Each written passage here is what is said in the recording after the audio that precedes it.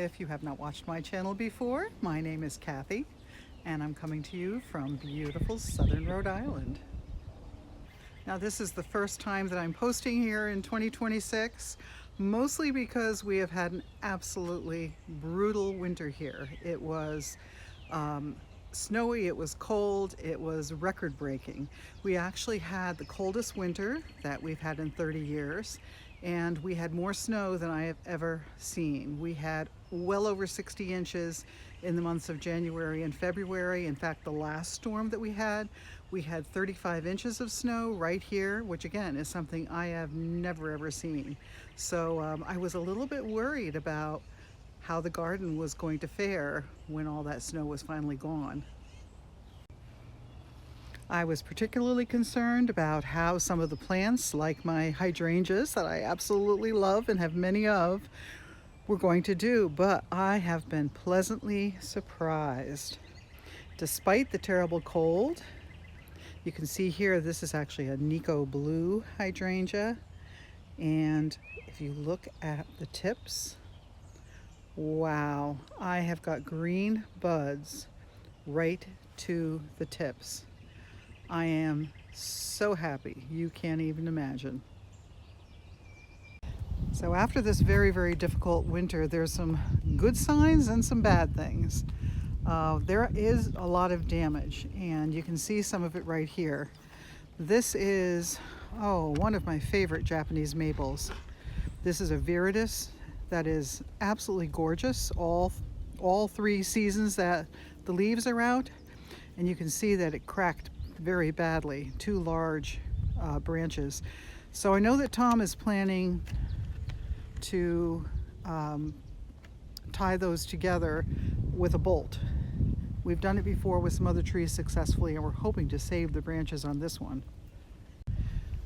There are some definite signs of spring though. We had a ridiculous snowfall here, and some of you probably get that snowfall every year, but for us, wow, that was very, very different and very unusual. But even as the snow melted, we could see the snowdrops coming up, and they started blooming within a day or two of the snow being gone, which was amazing. Now, we planted snowdrops along here over the last couple of seasons, and they are looking really, really good. Something that's not looking so good though are these Franklin's Gems boxwood, and I'm very worried about what's going on with them. Here is the worst of them, and I have got at least a dozen of these out here, I think more.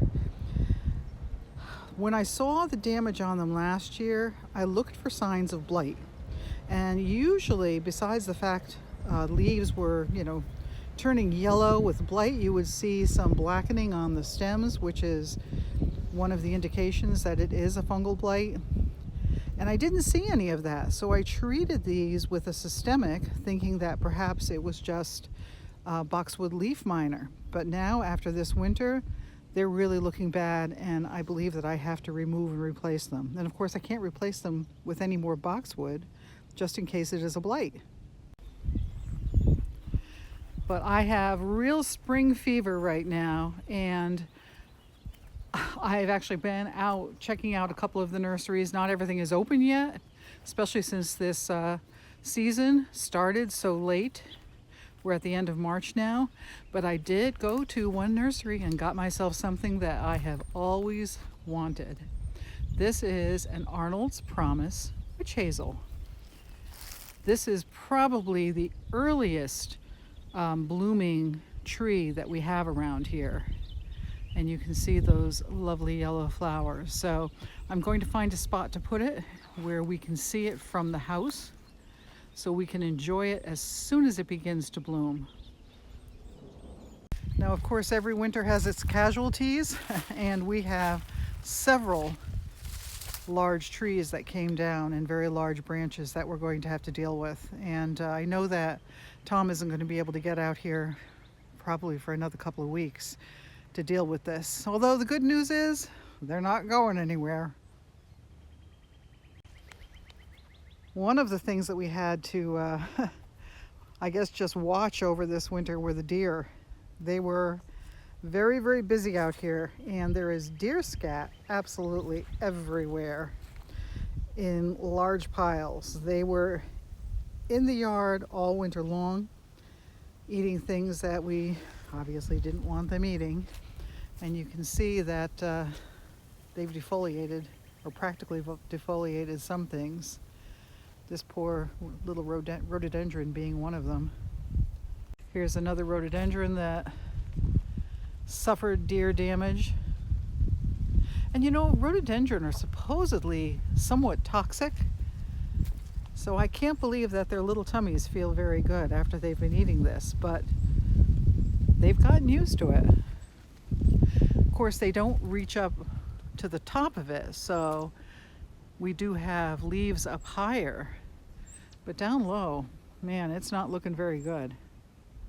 Another plant that the deer never used to go after, but wow, they just destroyed it this year, is the Leucothaway. I used to consider that a very reliable deer-resistant plant, but the rainbow Leucothaway in particular seems to be the one that they like to eat, and they seem to only go after the ones that are way in the back of the yard, not the ones near the house.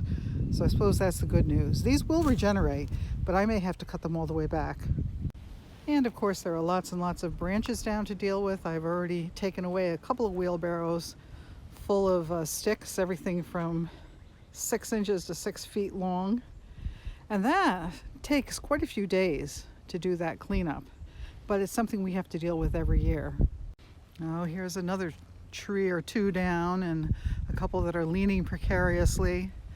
These are on the edge of the woods though, so I'm not going to worry about them too much, at least not right away. They're not in the way of us doing anything, but they will have to get dealt with. And as I'm walking down in the other direction, I see more. Yikes. This area looks like I'm going to have a lot of sticks to deal with.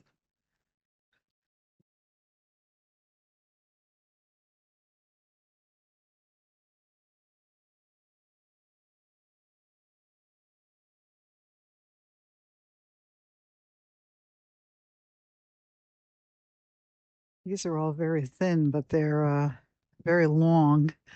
They all come from this little king birch tree. And yet another tree down. Actually, you may hear in the background a little bit, there's someone else in the neighborhood has a chainsaw going right now. That snow was so heavy, any tree that had any kind of weakness was liable to face damage. Oh, this is interesting.